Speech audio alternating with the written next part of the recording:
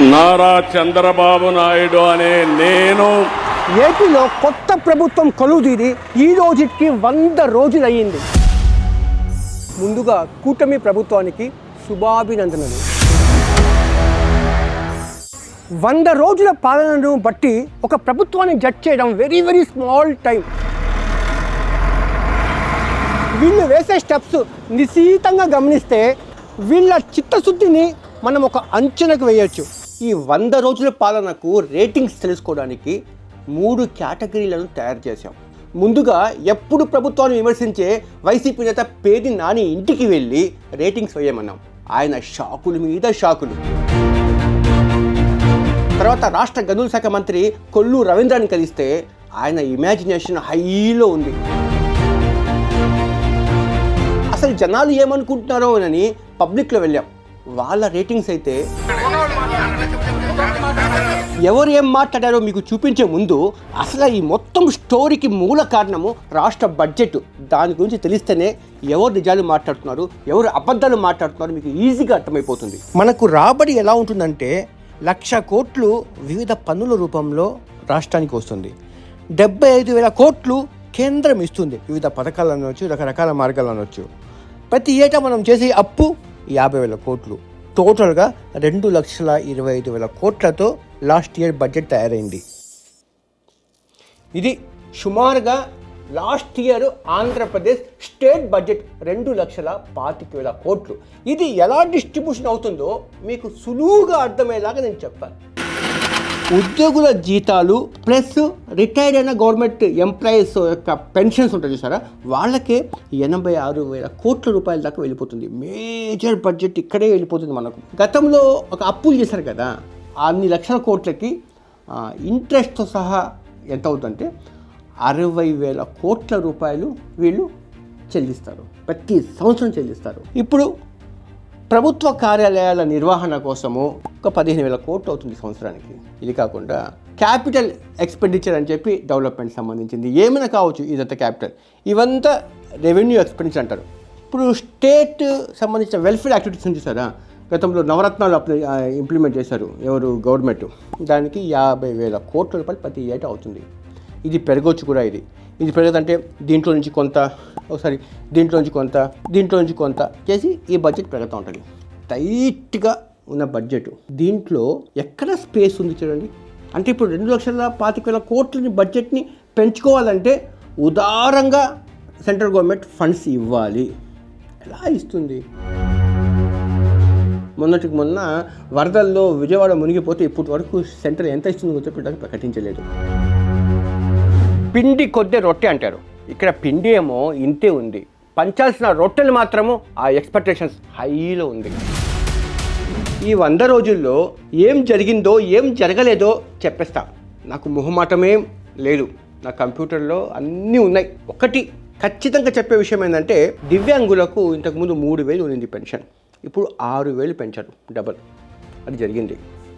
రెండోది సామాజిక పెన్షన్స్ ఉన్నాయి కదా, అవి 3,000 రూపాయలు ఉన్నాయి, ఒకేసారి 1,000 రూపాయలు అదనంగా పెంచారు, అంటే 4,000 రూపాయలు అయింది. ఈ 2 కేటగిరీలోనే లబ్ధిదారులు ఒక 67 lakhs మెంబర్స్ దాకా లబ్ధి పొందారు దీంట్లో. మూడోది ల్యాండ్ టైటిలింగ్ యాక్ట్ సంబంధించింది, అదేదైతే ముందు చెప్పారో హామీ, దాని ప్రకారం రద్దు చేసుకోండి ఒక సంతకంతో. నాలుగోది పోలవరానికి అయితే అడుగులు పడుతున్నాయి పూర్తి చేసే దిశగా. కేంద్రం కూడా కదులుతూ ఉంది నిధులు చేసే దిశగా. అమరావతి కన్స్ట్రక్షన్ కోసము క్యాపిటల్ ఒక 15,000 కోట్ల రూపాయలు నిధులైతే ఈ 100 డేస్లో అయితే సాధించగలిగారు. అలాగే చెప్పిన మాట ప్రకారము డిఎస్సి అనౌన్స్మెంట్ అయితే చేశారు. ఇది నాకు తెలిసి వాళ్ళు చేసిన బ్రీఫ్ ప్రోగ్రెస్. ఇక 3 సిలిండర్స్ కూడా పచ్చ జెండా ఊపింది. మొదటి సిలిండర్ రేపు దీపావళికి ఇవ్వాలని చెప్పి కొత్త ప్రభుత్వం నిర్ణయించుకుంది. ఇంకా సూపర్ 6 సంబంధించి వాళ్ళు కొన్ని హామీలు ఇచ్చారు కదా, అది ఇంకా స్టార్ట్ కాలేదు, చేయలేదు.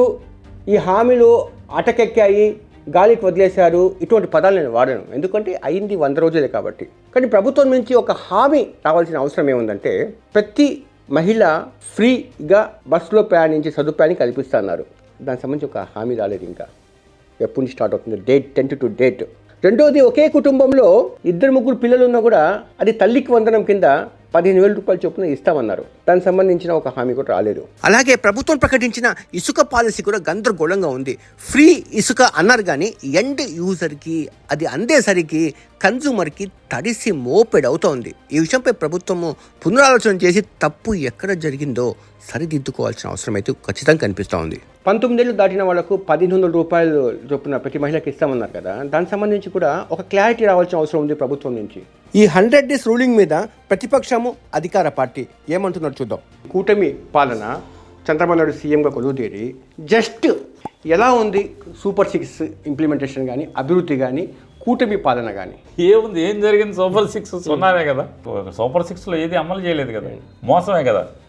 మోసానికి 0 వేయాలా లేకపోతే 420 వేయాలా? అవుట్ ఆఫ్ 10 ఎన్ని కాదండి, 0 వేయాలా 420 వేయాలా? అంటే 1000 మోసం కదా. ఏముంటుంది, మామూలు పెద్ద 0 వేయాల్సి వస్తుంది. సార్ వెల్ఫేర్ స్కీము 1000 రూపాయలు పెంచారు సార్. మీ ప్రభుత్వము 250 పెంచింది, ఒకేసారి 3,000 నుంచి 4,000 చేశారు.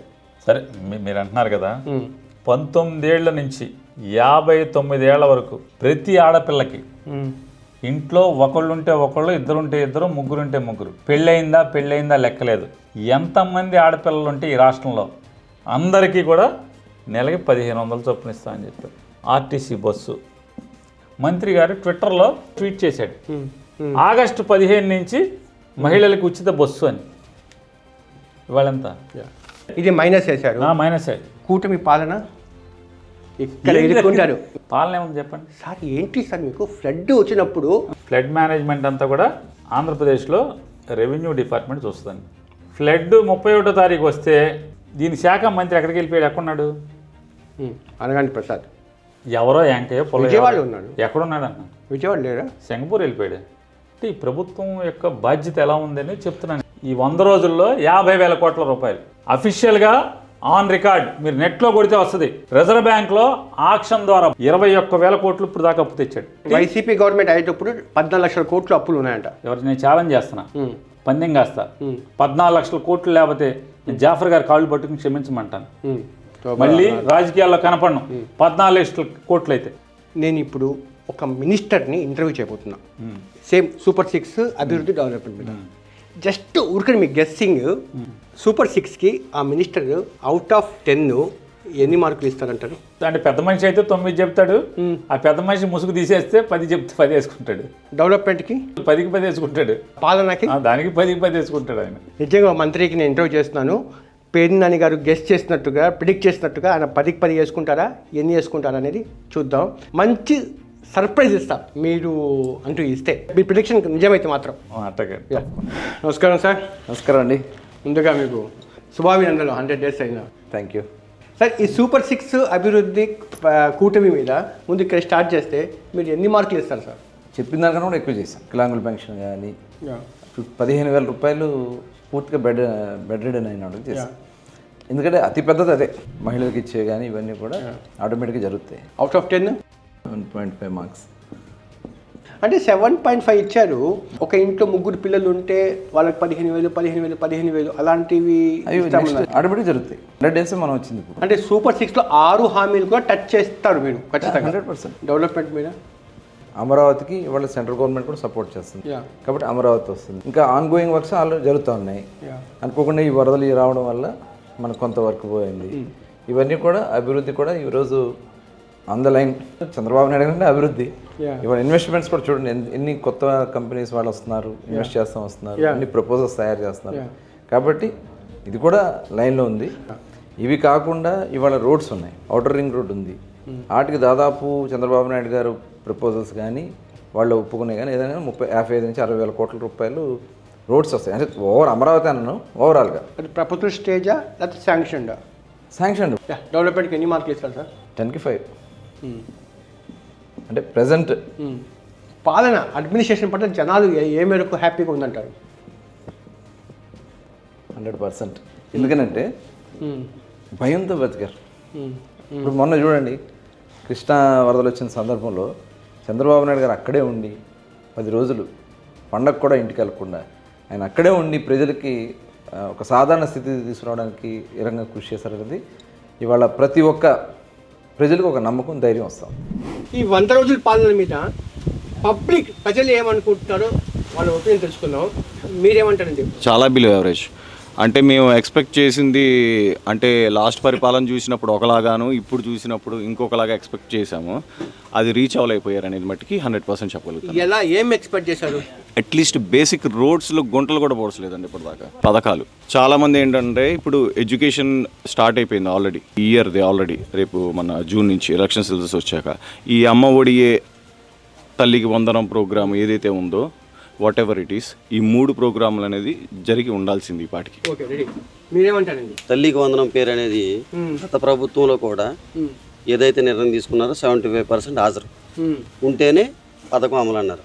ఒక అకాడమిక్ ఇయర్ 24-25 అనేది ఎప్పటి వరకు ఉందండి? ఏప్రిల్ వరకు ఉంది. ఏప్రిల్ వరకు ఉన్నప్పుడు 75 హాజరు ఎప్పుడు చూపిస్తారండి మనకి?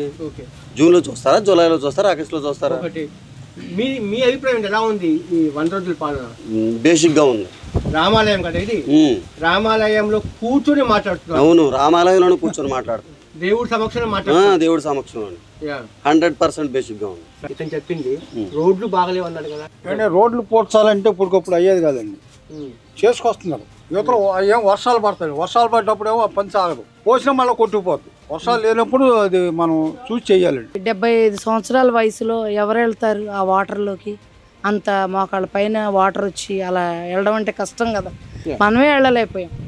కొంతమంది పొలిటీషియన్స్, రాజకీయ విశ్లేషకులు ఎలా భావించారంటే, ఇప్పుడు వీళ్ళకు మంచి మెజారిటీ వచ్చినప్పటికీ కూటమి ప్రభుత్వం కదా, క్లాషెస్ వస్తాయి, 100 రోజుల్లోనే వీళ్ళ యొక్క ఐక్యమత్యము బయటపడిపోతుంది వీళ్ళ భాగవతం అంతా అని అనుకున్నారు. కానీ ఈ 100 రోజుల్లో అటువంటి ఘటన ఒక్కటంటే ఒక్కటి కూడా చోటు చేసుకోలేదు. ప్రధానంగా లోకేష్ విషయంలో మాత్రం ఇటువంటి ఊహాగానాలు బయటకు వచ్చాయి కదా. నేను అబ్జర్వ్ చేసింది కూడా లోకేష్ని, ఎక్కడ తగ్గాలో ఎక్కడ నెగ్గాలో అతనికి బాగా తెలుసు. అలాగే ఇంకో సీన్లో ఆ రెడ్ బుక్ చూపిస్తూ ఆయన మాట్లాడుతున్న తీరు, కార్యకర్తలని వాళ్ళని కలుపుకొని తీసుకుని వెళ్తున్న తీరు మాత్రం లోకేష్ మెచ్యూరిటీ అంతకంత పెరిగిందనడానికి ఈ వరుస సంఘటనలే ఉదాహరణ. ఇంకోటి, లోకేష్ ఈ ఫ్లడ్స్ వచ్చాయి కదా, మొత్తం డైరెక్షన్ అంతా ఈ రెస్క్యూ ఆపరేషన్ సంబంధించి మొత్తం లోకేషే చేశాడు. డ్రోన్స్తో ఈ బాధితులకు, లో లైన్ ఏరియాలో ఉండే వాళ్ళకు భోజన కార్యక్రమాలు ఏర్పాటు చేశారు కదా, ఆ టెక్నాలజీ లోకేష్ మైండ్లోంచి వచ్చిందే అదంతా, ఆ టెక్నాలజీ. చివరిగా నేను చెప్పింది అది ఒకటే, 100 డేస్ పాలన చాలా తక్కువ సమయం. నేను ముందుగానే చెప్పాను, దీంతో మనం ఒక ప్రభుత్వాన్ని జడ్జ్ చేయలేము, ఒక నాయకుడి చిత్తశుద్ధిని మనము ఒక అంచనా వేయలేము. అయితే ఇక్కడ పార్టీలు ఫెయిల్ కావచ్చు, అది మాకు సంబంధం లేదు, కానీ ప్రభుత్వం ఫెయిల్ కాకూడదు. ప్రభుత్వం సక్సెస్ కావాలని మనం కోరుకోవాలి ఇక్కడ. ఎందుకంటే దాని మీద చాలా రకాల పేదల యొక్క, బడుగుల యొక్క జీవితాలు ముడిపడి ఉంటాయి. మధ్యతరగతి వాళ్ళ జనాల యొక్క ఆశలు లింక్ అయి ఉంటాయి. కాబట్టి ఇక్కడ ప్రభుత్వం సక్సెస్ కావాలి, ప్రజల యొక్క ఆశలు, ఆకాంక్షలు తగ్గట్టుగా వాళ్ళ పాలన జనరంజకంగా ఉండాలి అని చెప్పి కోరుకుంటున్న కోట్లాది మందిలో నేను ఒకని. నమస్తే, నేను మీ జాఫర్. మీకు నేను మా టీం చేసే వర్క్ నచ్చితే మీరు సబ్స్క్రైబ్ చేయడం మర్చిపోవద్దు. సబ్స్క్రైబ్ చేయడంతో పాటు పక్కన ఉండే బెల్ ఐకాన్ కూడా ప్రెస్ చేయండి. 85% వాళ్ళు జస్ట్ ఛానల్ మీదకి వచ్చి కంటెంట్ చూసి వెళ్ళిపోతున్నారు తప్ప సబ్స్క్రైబ్ చేయట్లేదు. దీనివల్ల ఏంటంటే మేము తయారు చేసే కంటెంట్ మీ దాకా రావట్లేదు. మా రిక్వెస్ట్ ఏంటంటే ప్లీజ్ సబ్స్క్రైబ్. ఇట్లు మీ జాఫర్.